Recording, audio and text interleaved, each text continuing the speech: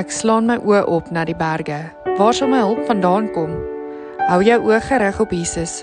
Hy is die lighuis wat lig en vrede bring. Hy is jou redder. Wie sal jy dan vrees?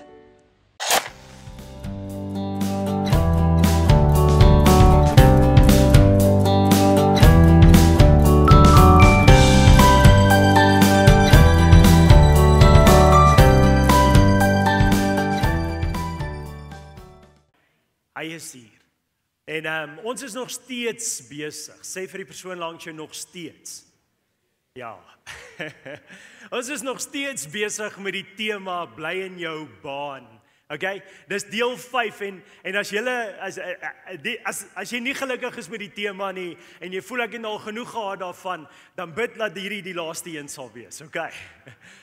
Maar vir die meeste van ons, daar soveel getuienisse wat inkom van hoe die Here net in die mense se lewens inspreek met hierdie tema. En ek glo en ek voel dat dit is vandag die finale. En ons is klaar met die tema en vanoggend se tema is onder die sambreel van bly in jou baan is hardloop, maar hou jou oë op die koning se beloning. Nou dis 'n gedagte wat Doktines met my gedeel het nadat ek deel 1 gedeel het. En deel 1 gepraat het oor Dawid en hom gebruik het as 'n voorbeeld en gepraat het oor hoe ons in geloof moet hardloop. En Doktines het na die tyd met baie iets gedeel wat die Heilige Gees met hom oor gepraat het. En so het hierdie gedagte bly broei en die Heilige Gees lê dit vanoggend op my hart om bietjie daaroor met julle te deel en dit so dan te gebruik as die finale gedeelte van hierdie reeks. Maar voor ons soontoe gaan en volgende daaroor praat, wil ek eers weer so 'n bietjie deel wat in ons lewens gebeur. Hulle sê 'n pastoor se kinders is nooit veilig nie, nê? Want alles wat by die huis gebeur word hier vertel.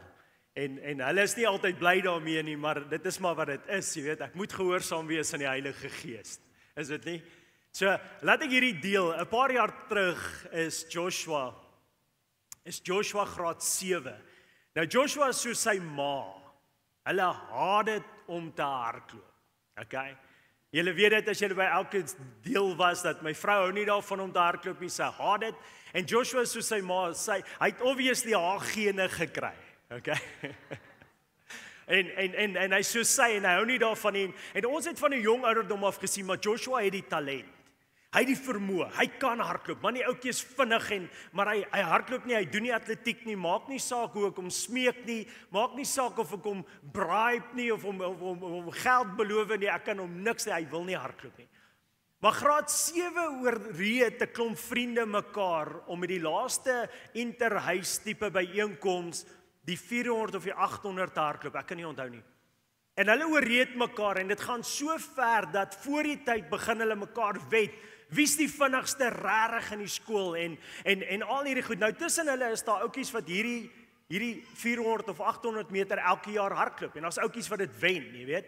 En so is hulle besig oor wie's regtig die vinnigste en alles en ek sal jou wys en hierdie ou gaan jou wys en hulle spring weg en hulle begin hardloop.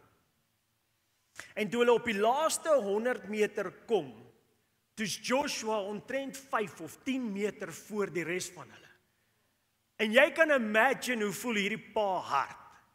Ek en my vrou is soos, ja, ons het geweet hy kan. Ja, en die mense om ons is soos, waar kom daai spoed vandaan? Ons sê nie hy steek dit weg. Hy kan, ons weet hy kan. Maar toe hy die 100 meter slaan, toe kyk hy so oor sy skouer en toe hy sien hy so ver voor.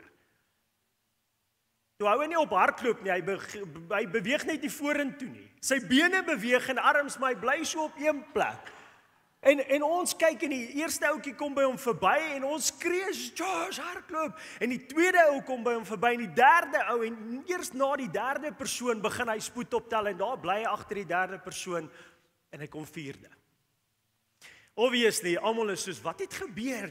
Jy was voorhou, waar kom die spoed vandaan en alles en ek gaan om toe en ek soos, Joshua, wat het daar gebeur?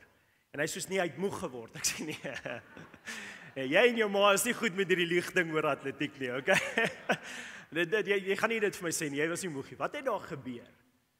En hy kyk vir my en hy sê, papa, ek hou nie van hardloop nie. Ek sê vir hom, Josh, my, Jam, jy het al hierdie talent. Jy is so vinnig en jy kan so goed wees. Alles is binne jou. Hoekom hou jy nie al van die hardloop net? En hy sê, "Dad, ek hou nie daarvan nie." En na 'n lang gesprek wat seker 'n stryery geword het, sê hy vir my, "Man, ek het dit net gedoen omdat dit lekker was." En ek sê, "Oké, dan gaan ek jou los." As jy dan nou gehardloop het omdat dit lekker is en jy love dit om nie te wen nie, ek weet nie, dis nie 'n venter ding nie. By the way, Joshua. Ons compete altyd om te wen, maar anyway, so en ek los dit daar. Maar dit het my laat dink aan ons as Christene. En ek wonder of die Vader nie soms langs hierdie wedloop staan en na ons kyk en sê, "My kind, hardloop. Daar's soveel meer in jou. Kom aan, ek het jou geskape in my beeld. Jy is my meesterstuk. Hardloop net. Kom net uit die blokke uit, hou hom stil staan, glo vir eens in jouself. Weet jy wat is die potensiaal as jy net sal wegtrek en voluit hardloop tot op die einde? Kom nou." En ek dink die Vader soms staan langs die veld en hy encourage en hy skree en hy moedig ons aan, maar ons hardloop want ons is te bly want dit is lekker om te hardloop. Ons is te bly want ons is gered en ons gaan hemel toe en dis lekker want ons gaan hemel toe. Vir wie van julle is dit nie lekker om te weet jy gaan hemel toe nie? Nee, vir wie van julle is dit lekker om te weet jy gaan hemel toe? Amen. Ja, jy's gered.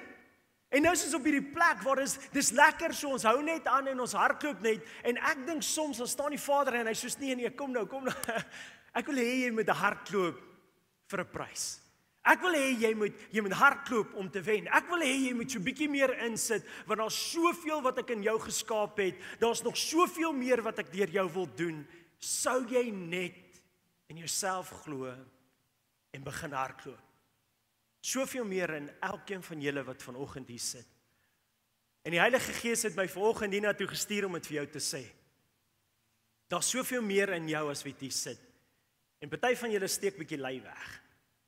Okay? Party van ons steek bietjie lui weg. Party van ons hardloop want dit is lekker, maar ons gee nie alles nie.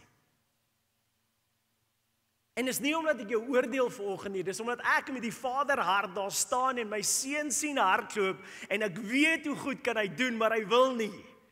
En die Vader vanmôre met jou praat en hy staan daar en ek dink ons moet onsself net vanoggend vir 'n oomblik vra en sê, wat is die Vader se hart? Dis fyn dat Joshua hardloop want dit is lekker, maar ek voel as 'n pa, dis my reg om so te voel ek hy moet ook net so bietjie nou en dan vra, okay, maar wat wil pappa hê? Come on. Wie van julle voel ook so?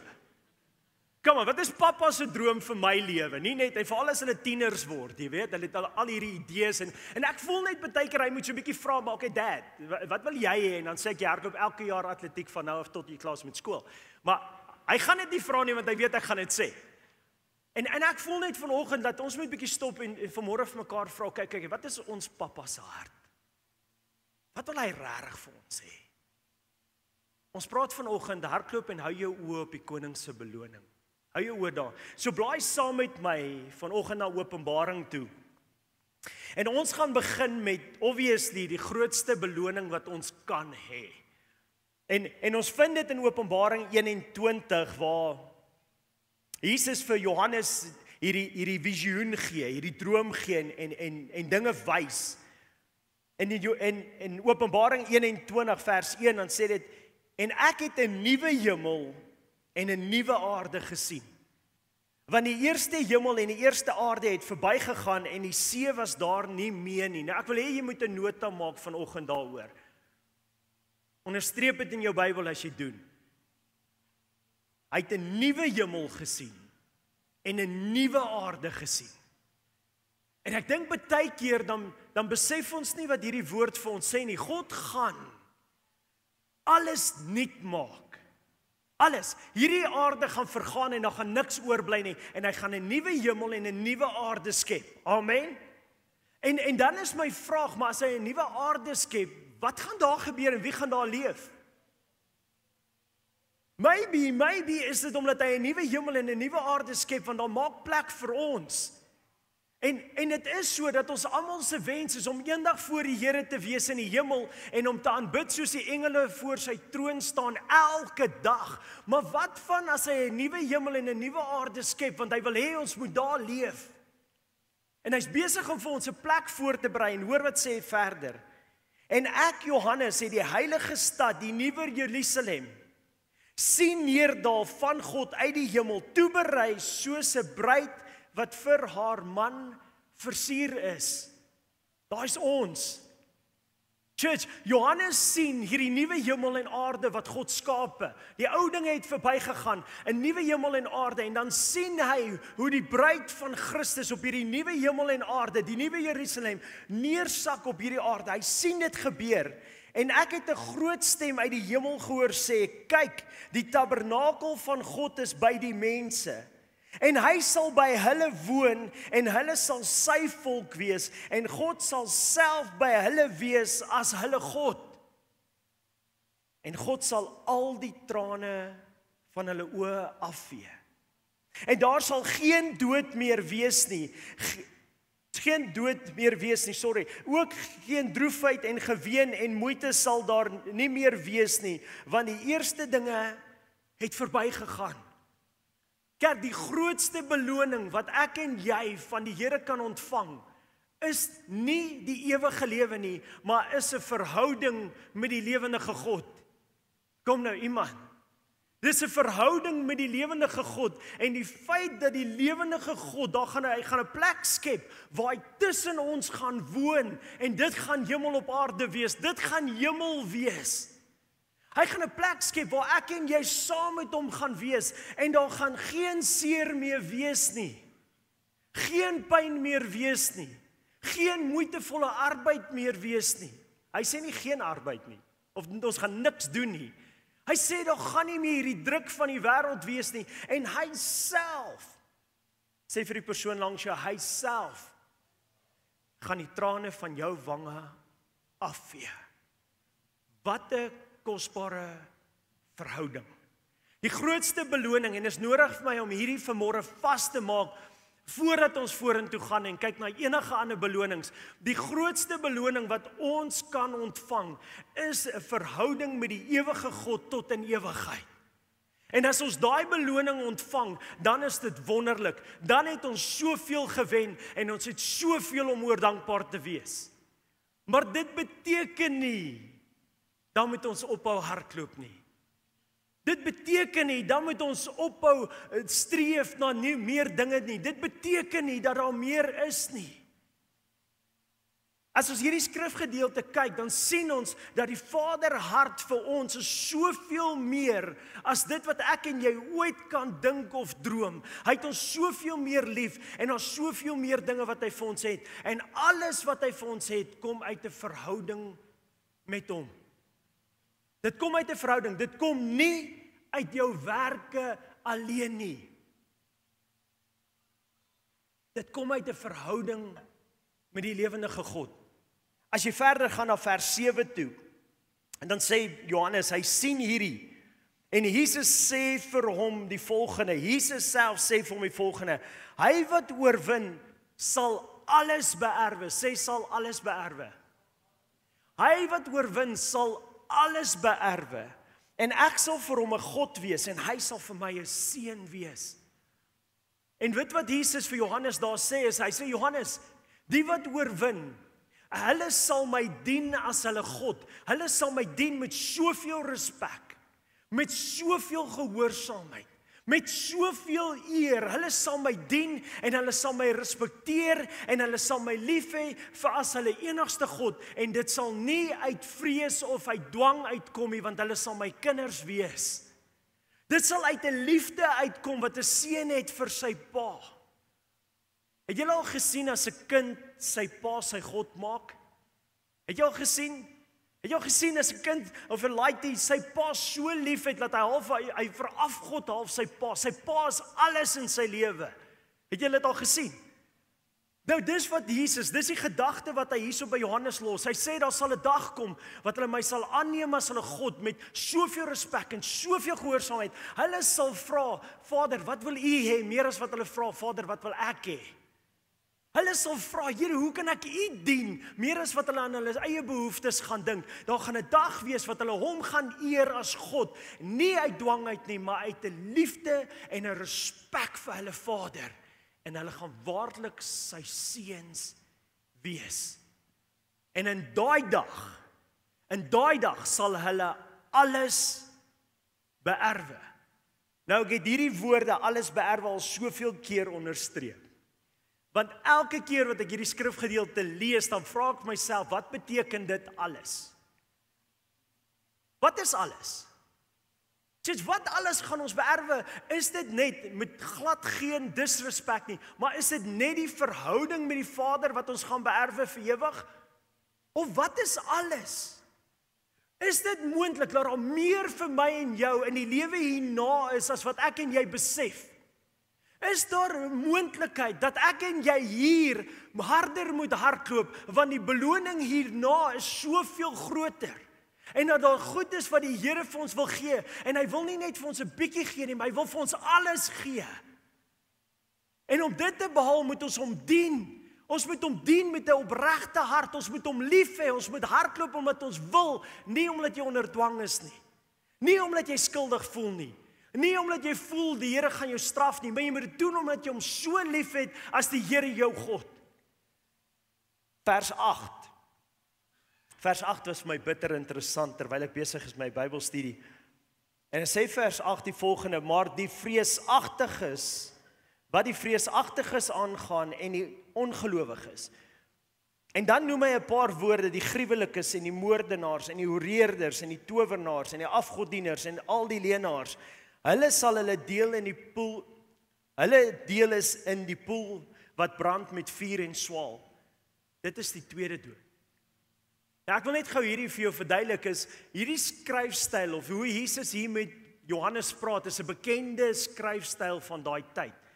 So wat sou gebeur het, en Paulus gebruik dit baie ook, is hy sal die eerste woord of twee woorde gebruik as die kern van die gedagte en die res van die woorde beskryf eintlik die eerste woord.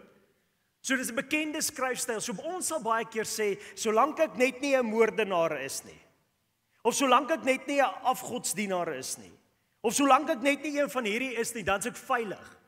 Maar jy mis die punt. Jy mis die punt, want eintlik is Jesus besig om die eerste twee woorde te verduidelik vir ons. Want enige iemand wat in die kategorie val van die eerste twee woorde, gaan dit nie hierdie beloning van die ewige lewe hê nie. En nou is die church stoepstil. Okay. Die eerste woord wat baie eenvoudig is die ongelowige. Nou as jy gaan na die woord ongelowige toe, is dit regtig eenvoudig. As jy gaan na die kerngedagte toe, dan is dit die persoon wat die geleentheid gehad het, maar nog nooit sy lewe, sy vertroue in Jesus Christus gesit het. Die persoon wat nog nooit Jesus Christus aangeneem het as sy redder en saligmaker nie. Dis die ongelowige. Die ou wat daar buitekant leef en nie minder kan omgee nie, hy glo nie in Jesus Christus nie, hy het nie 'n saak met Christus of die koninkryk nie, hy gee nie om nie. Dis die ongelowige. Okay? Die Jesus sê, ek is die weg en die waarheid en die lewe en niemand kom na die Vader toe behalwe deur my nie. Amen? Ons stem daarmee saam. Maar dis nie die woord wat my aandag gevang het nie. Die woord vreesagtige het my aandag gevang. Want wat beteken dit om 'n vreesagtige te wees? Want dit het my bekommerd gehad. Wie van julle word nie bang nie? Kyk, niemand se hande gaan op nie. Wie van julle word van tyd tot tyd bang? Word van tyd tot tyd bang want my finansies werk nie uit nie. Word van tyd tot tyd bang want daar's een of ander siekte. Of word van tyd tot tyd bang want die verhouding lyk nie soos hy moet. Ons word so en ek dog toe dadelik dis wat hierdie woord beteken, maar dis nie wat dit beteken nie. Hierdie woord vreesagtige verwys na iemand wat sê hy's 'n Christen, maar hy sit nie sy vertroue in Christus nie. Hy glo nie in die Here Jesus Christus tot die vorm, tot op die plek waar die Heilige Gees in sy lewe beheer vat en met hom, dat die Heilige Gees begin deur hom leef nie. Dis daai mense wat Jesus na verwys as hy sê, hy gaan wag dat die boom groei. En dan gaan hy kom en hy gaan die takke wat nie vrug dra nie, gaan hy afsnoei. Julle ken daai skrif. En dan wat gaan hy met daai takke maak? Hy gaan hulle in die vuur verbrand. Dis daai mense wat die woord van praat, wat lou geword het, en wat nie meer waarde het vir sy koninkryk nie, en hy spoeg hulle uit, hulle het geen waarde meer nie.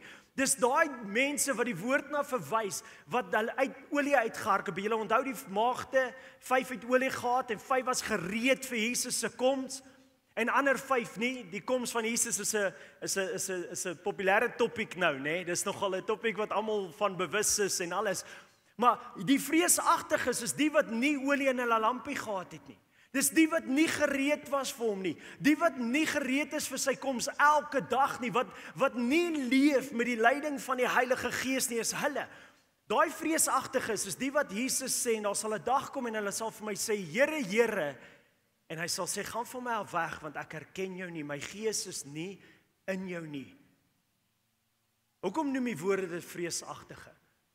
Want dit vat moed om die Here te dien. Kom church. Dit vat moed om God te dien. Dit vat van jou om courageous te wees met tye. Dit vat van jou om jou geloof in 'n God te sit wat jy nie kan sien nie, en om te vertrou met jou lewe wanneer daar niks meer oor is nie. Dit vat moed. En die Here sê hierso dat ons hom moet dien met daai tipe geloof. En dan is die poel van vuur nie vir ons voorberei nie. Come on, ek en jy gaan nie na daai plek toe nie. Want ons sit hier vanoggend, ons geloof is in die Here Jesus Christus. Ons sit hier vanoggend want ons het kerk toe gekom, want ons lewe hang so van Christus af, en ons is bewus daarvan. Ons bid want ons glo hy gaan ons red. Ons lees die woord want ons glo dit gaan ons verander. En ek en jy gaan nie deel hê in daai vuurpoel nie. Vir ons is hierdie ewige verhouding met God voorberei. En as jy Openbaring 22 toe gaan, vanaf vers 3, dan sê Jesus hierdie volgende: en daar sal geen enkele vervloeking meer wees nie. Geen enkele vervloeking nie. Niks in hierdie ewige verhouding by hom nie. Niks. En die troon van God en van die Lam sal daarin wees, en sy diensknegte sal hom dien. Nie omdat hulle gedwing word om hom te dien nie, maar omdat hulle hom wil dien, soos seuns hulle vaders wil dien. Omdat hulle hom wil respekteer, soos 'n seun wat sy pa die hoogste respek het vir sy pa. Hulle sal hom dien omdat hulle hom wil dien. En hulle sal sy aangesig sien, en sy naam sal op hulle voorhoofde wees. Beteken hulle sal herken word. Hy sal homself in hulle sien. Maar vers 5 is wat my interessant geraak het, en van hier wil ek graag preek. En nag sal daar nie meer wees nie. Hulle het geen lamp of sonlig nodig nie, omdat die Here, hulle God, hulle verlig. En hulle sal as konings regeer tot in ewigheid. Wow.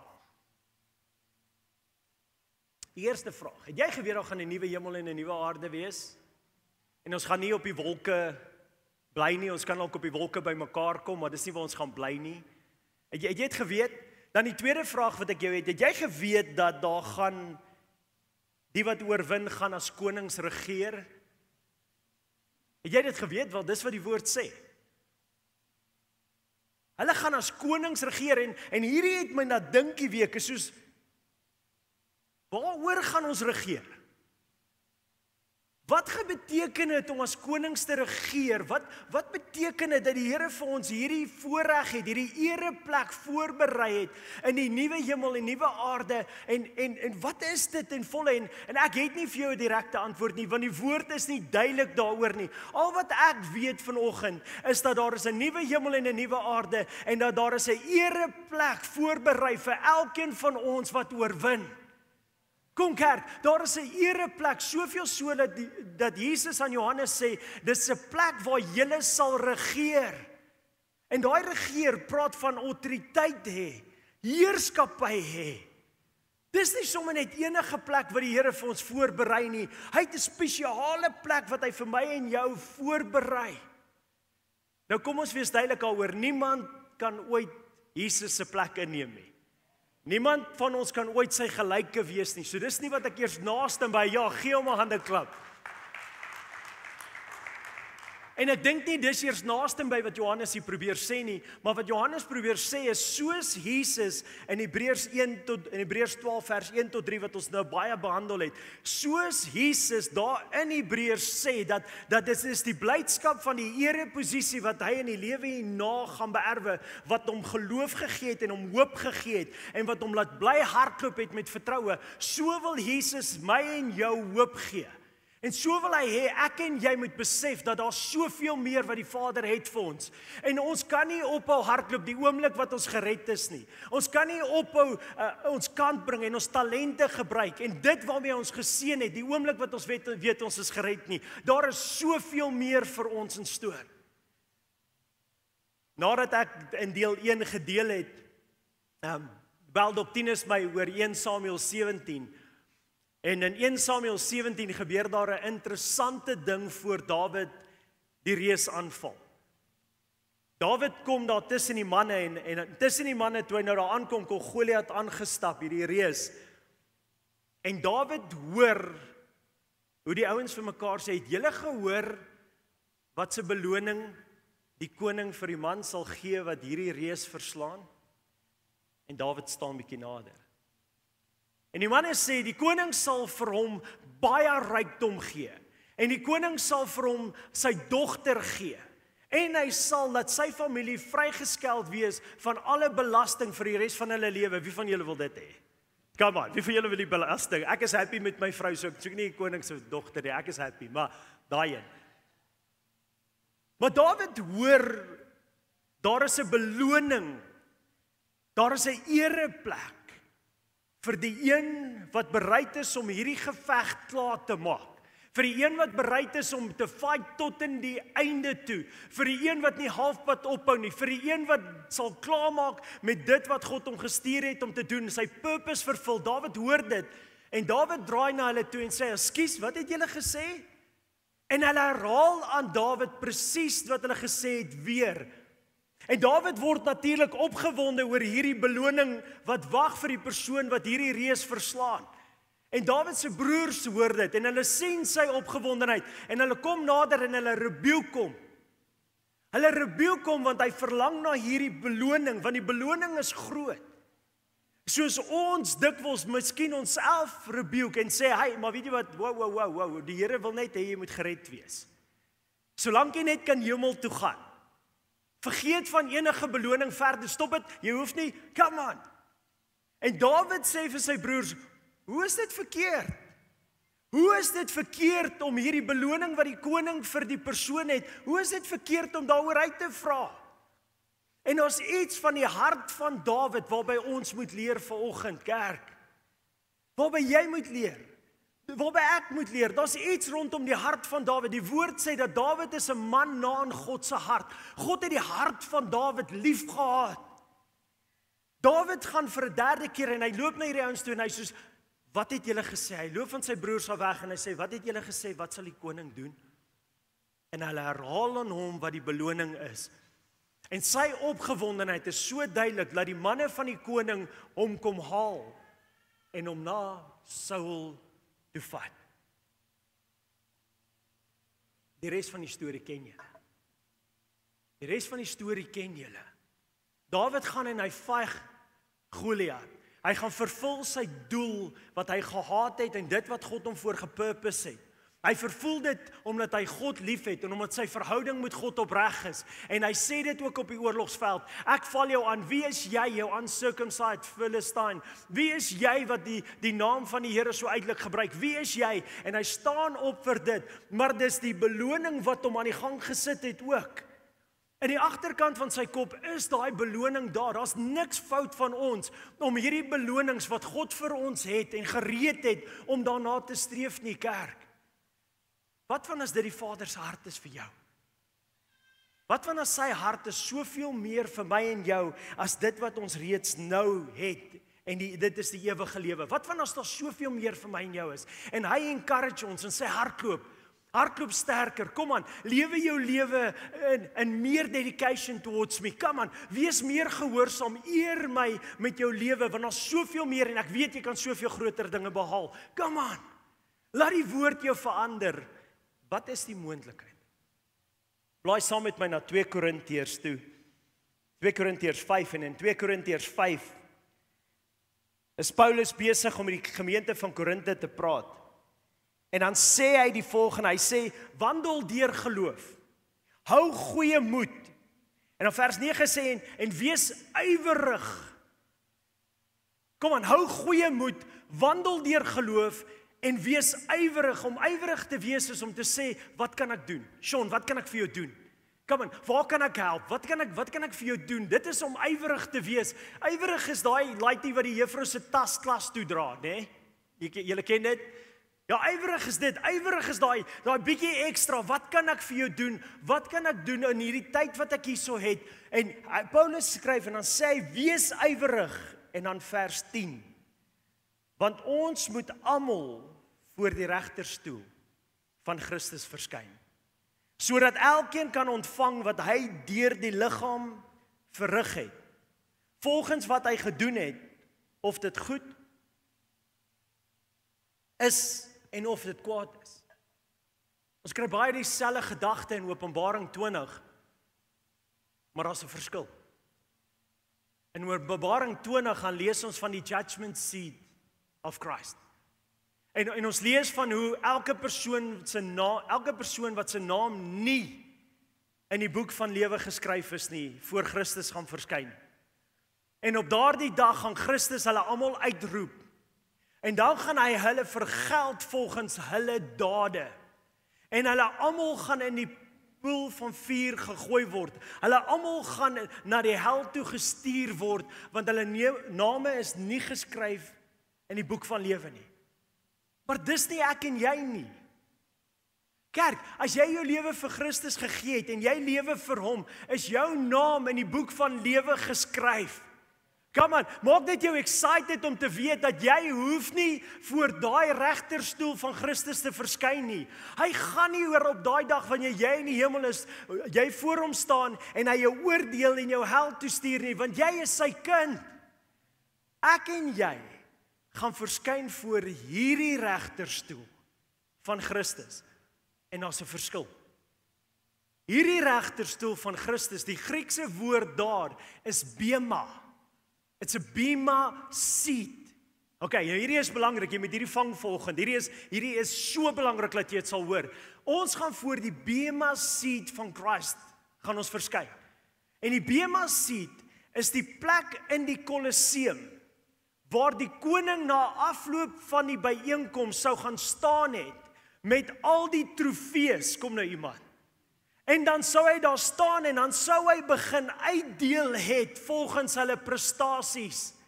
En hy sou aan elkeen gegee het volgens sy prestasie. Van hulle het beter gedoen en hulle het 'n kroon ontvang, van hulle het bietjie swakker gedoen en hulle het brons ontvang, van hulle het dan silwer ontvang. Maar dis wat by die bema seat of Christ gebeur. By daai seat is daar nie 'n oordeel nie. By daai seat is daar nie 'n judgment nie. By daai seat is dit 'n seat of 'n sitplek van oorwinning waar Christus gaan beloon elkeen wat vir hom gehardloop het. En dis waar jy gaan verskyn. Dis voor wat se seat jy gaan staan. En ek wil jou weer vra vanoggend, wat dink jy wat is die Vader se wil? Wat dink jy wat sy hart? Dink jy sy hart is net dat ons moet hardloop want ons is gered? En net dat ons moet goed klaarmaak want ons is gered? Of dink jy nie? Dink jy nie hy wil eendag wanneer ons by daai bema seat van hom kom, daar staan en begin krone uitdeel en begin trofees uitdeel en sê well done Danny Mona, my faithful servant, well done Jackie, my faithful servant, well done. Ek het vir jou 'n trofee, Monique, en ek het vir jou 'n trofee, en ek het vir jou 'n trofee. Hier is iets vir jou. Dankie dat jy gehardloop het met geloof. Dankie dat jy vasgehou het. Dankie dat jy nie opgegee het nie. Dit is wat ons gaan ontvang wanneer ons voor sy troon staan. Ek het vir so lank gedink dat dit net genoeg om gered te wees. En dit is net genoeg vir my. Dit is. Ek sal dit sê ook, as ek net kan hemel toe gaan, is ek bly. As ek net Jesus kan sien en die res van my lewe in sy teenwoordigheid kan worship en my hande in die lug kan steek en sê, Here, U is heilig, heilig, heilig is U, dan is dit genoeg vir my. Net soos dit vir Joshua genoeg is om net te hardloop vir die lekker. Kom nou. Maar is dit die volheid van wat God vir my en jou het? Is dit die alles? Kerk, ons dien 'n God wat nie kan wag om ons te beloon nie. En hy beloon ons, en ek sê dit weer dat jy nie my verkeerd verstaan volgens nie. Hy beloon ons uit die verhouding uit wat hy het met ons. Nie uit die werke uit nie, uit die verhouding. Omdat ons hom liefhet, hou ek aan. En omdat ek hom liefhet, dan doen ek dit vir die Here. Hy beloon ons uit daai gehoorsaamheid uit daai verhouding uit beloon hy ons. En die woord is vol beloftes. Ons het al hoeveel tyd daaroor spandeer. Vol beloftes, belonings wat daar is vir my en jou. As ons vergewe, sal ons vergewe word. Dis 'n beloning. As ek en jy getrou is, sal hy vir ons deurkom. Die feit dat die Here vir ons guns bewys, dis 'n beloning. Die feit dat hy daar is vir ons, die feit dat hy ons beskerm, die feit dat hy voor ons uitgaan, agter ons toemaak, die feit dat hy ons genees, die feit dat hy vir ons bonatuurlike krag gee, dis alles goed wat hy ons mee beloon. Hoekom? Omdat ons sy kinders is en ons het hom so ontsaglik lief en ons hele lewe draai rondom hom. Beloon hy ons met daai dinge. Selfs in Maleagi sien ons dat hy sê dat as jy jou 10de bring, sal jou skure oorloop. Dis 'n beloning. Hy sê dit, hy sê dat jou lande sal vol wees. Dis 'n beloning. En hierdie woord is vol met beloninge wat God vir ons het en net vir ons wil gee hier, maar ook hierna. Ook hierna. Daar is ten minste 5 krone. Het julle al gehoor van die krone wat ons in die hemel gaan ontvang? Daar is ten minste 5 krone wat die woord van praat, van wat ek en jy kan ontvang. Ten minste 5 krone. En as jy dink aan Jesus se woorde, wat Jesus sê, maak vir jou skatte in die hemel bymekaar. Dit beteken iets in die hemel moet soveel waarde hê, dat dit waardevol is. In die hemel gaan goud nie waarde hê nie. In die hemel gaan parels nie waarde hê nie. Ons gaan op strate van daai goed loop en dit. Daar moet iets anders te wees wat gaan waarde hê in die hemel. En Jesus sê, dan sê hy, maak vir jou hierdie skatte in die hemel bymekaar. En ek dink deel daarvan is hierdie 5 krone. Deel daarvan, van hierdie beloning, wat God nie kan wag om vir ons te gee as ons daar kom hier, is hierdie belonings. En ek wil dit graag vir jou lees. En ek gaan nie in diepte en elkeen kan ingaan vanoggend nie, as gevolg van ons tyd. Maar ek wil dit vir jou sê. Daar is 'n beloning en daar's 'n kroon vir elkeen van julle gereed. Elkeen. In jou konteks, waar jy is. Daar waar jy werk. Die talente wat God jou gegee het. Jesus kan nie wag om ons te beloon vir die talente wat hy ons gegee het en wat ons uitleef na buite toe en waarmee ons hom verheerlik nie. Hy kan nie wag nie. Die eerste een is the crown of life. The crown of life. Now the crown of life is granted to those who persevere through trials and temptations. Wie van julle gaan deur trials? Wie van julle gaan deur moeilike tye? Wie van julle gaan deur sulke moeilike tye dat jy soms dink ek gaan opgee? Waar is God?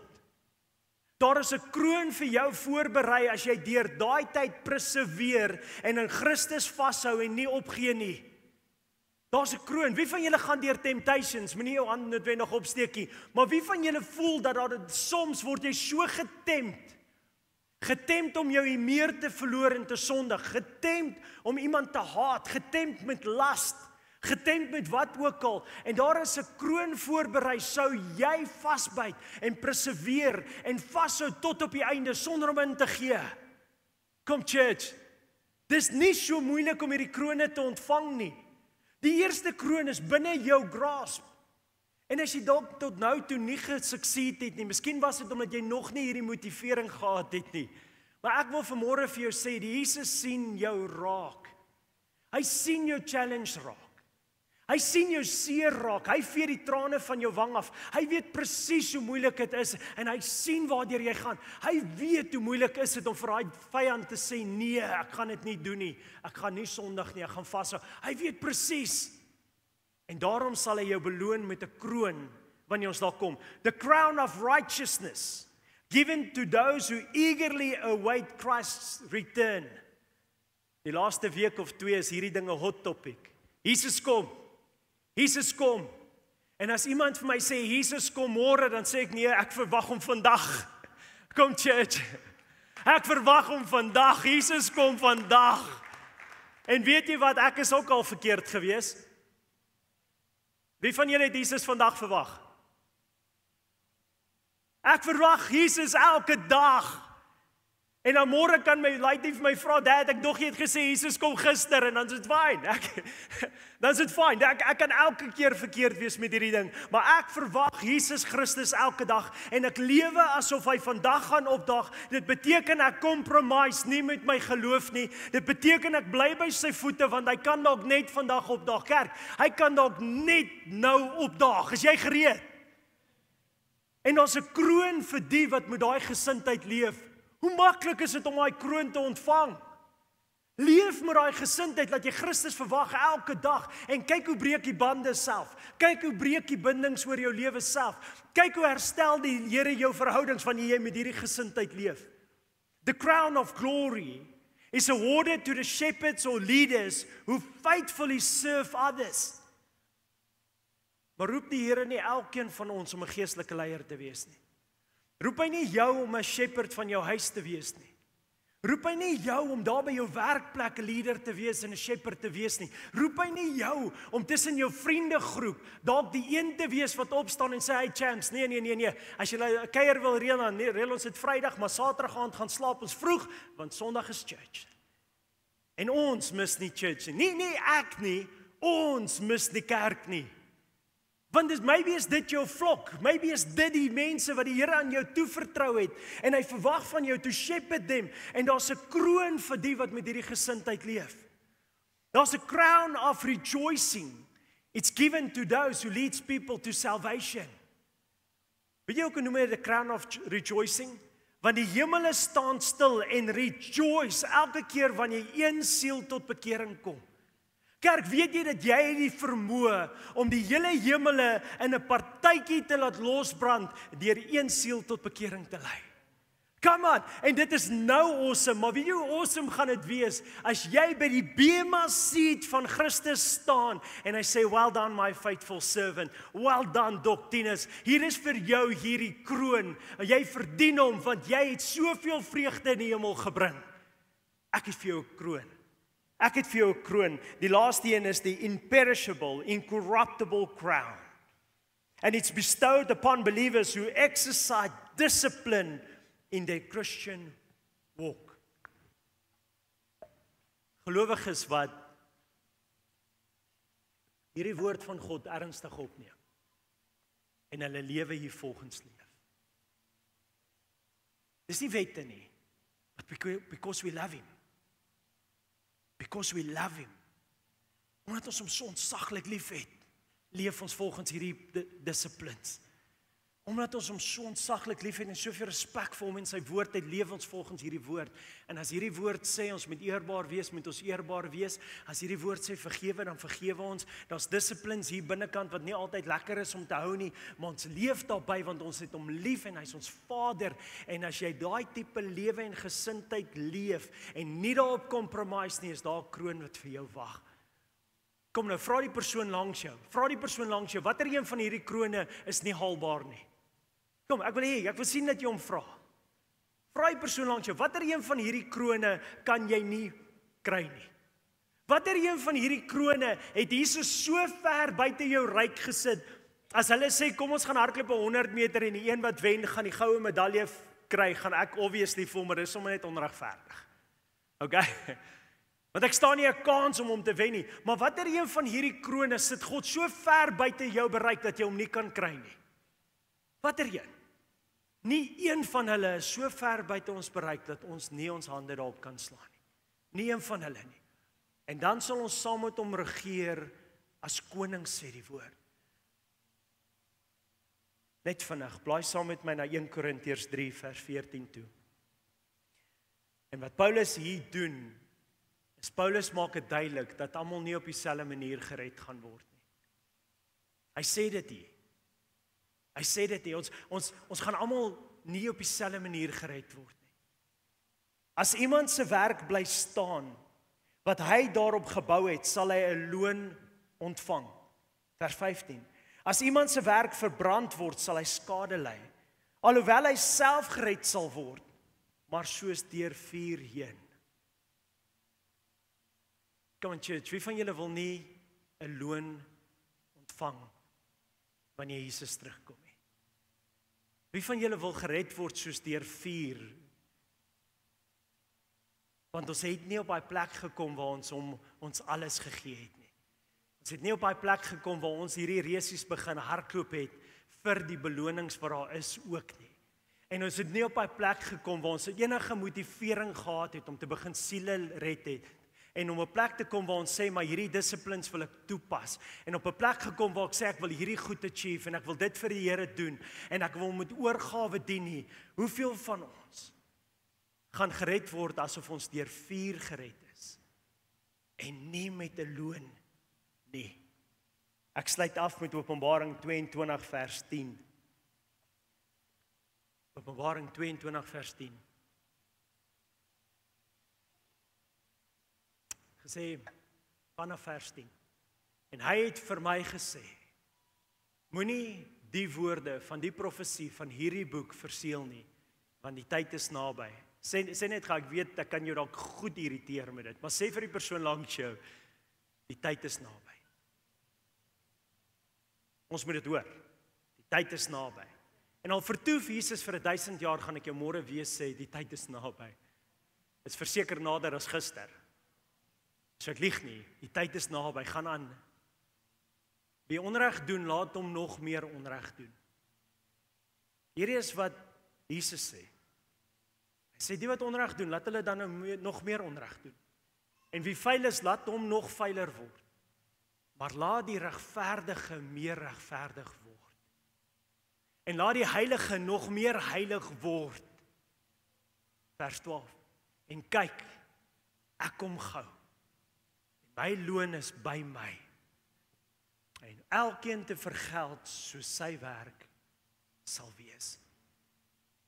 Kan ek jou vanoggend vra? Is jy gereed as Jesus kom? Kan ek die musiekspan vra om weer vir my op die stage? Ek het nie geweet julle gaan vanoggend sing ek is gereed nie. Maar kan julle weer vir my daai lied sing? En ek wil jou vra, asseblief Renier. Ek wil jou vra vanmôre, is jy gereed as Jesus vandag sou kom? Is jy gereed? En ek wil jou vra om hierdie vraag vir jouself te beantwoord vanoggend. Ek vra nie net as jy gered nie. Church, ek vra nie net as jy gered nie. Ek wil jou vra vanoggend, is jy gereed? Is daai krone vir jou opgelaai? Is daai krone vir jou opgelaai? Ons vind 'n plek daar in Openbaring waar die elders, die ouderlinge kom na Christus toe en dan gooi hulle krone wat hulle ontvang het voor sy voete neer. Deur om te sê, Here Jesus, ons kon dit nie doen sonder U nie. Dis onmoontlik. En ek dink ons gaan dit ook eendag doen. Maar church, hier is die ding. Hier is die ding wat ek jou vanoggend wil vra. Gaan jy 'n kroon hê om voor Jesus se voete te gooi? Of gaan jy leë hande daar staan? Gered soos deur die vuur. Of moet jy op daai dag 5 krone ten minste hê? En jy kan hulle saam by sy voete gooi en sê, U is waardig. Here Jesus, U is waardig, U is my kroon. Ek het dit gemaak omdat U my God is. Ek het siele gered omdat ek so oortuig is van wie U was. Ek het skade gely, want ek het geweet dat my beloning in die hemel groter is as my beloning hier. En Here Jesus, ek het elke dag geleef en gereed geleef en ek het U verwag. Want ek het U lief soos 'n bruid wat nie kan wag om haar bruidegom weer te sien nie. Kom church. Hierdie is nie 'n religious ding nie, it's a relationship. En die dag wat ons voor hom staan, gaan jy die geleentheid hê om jou kroon te vat en dit by sy voete te gooi en sê dankie. Dankie Jesus. Dankie vir wie U is. En ek wil jou vra hierso, voor ons begin sing. Is jy gereed? Terwyl jy net so speel. Is jy gereed? En as jy nie gereed is nie, wil ek vir jou vanmôre bid voor ons begin sing.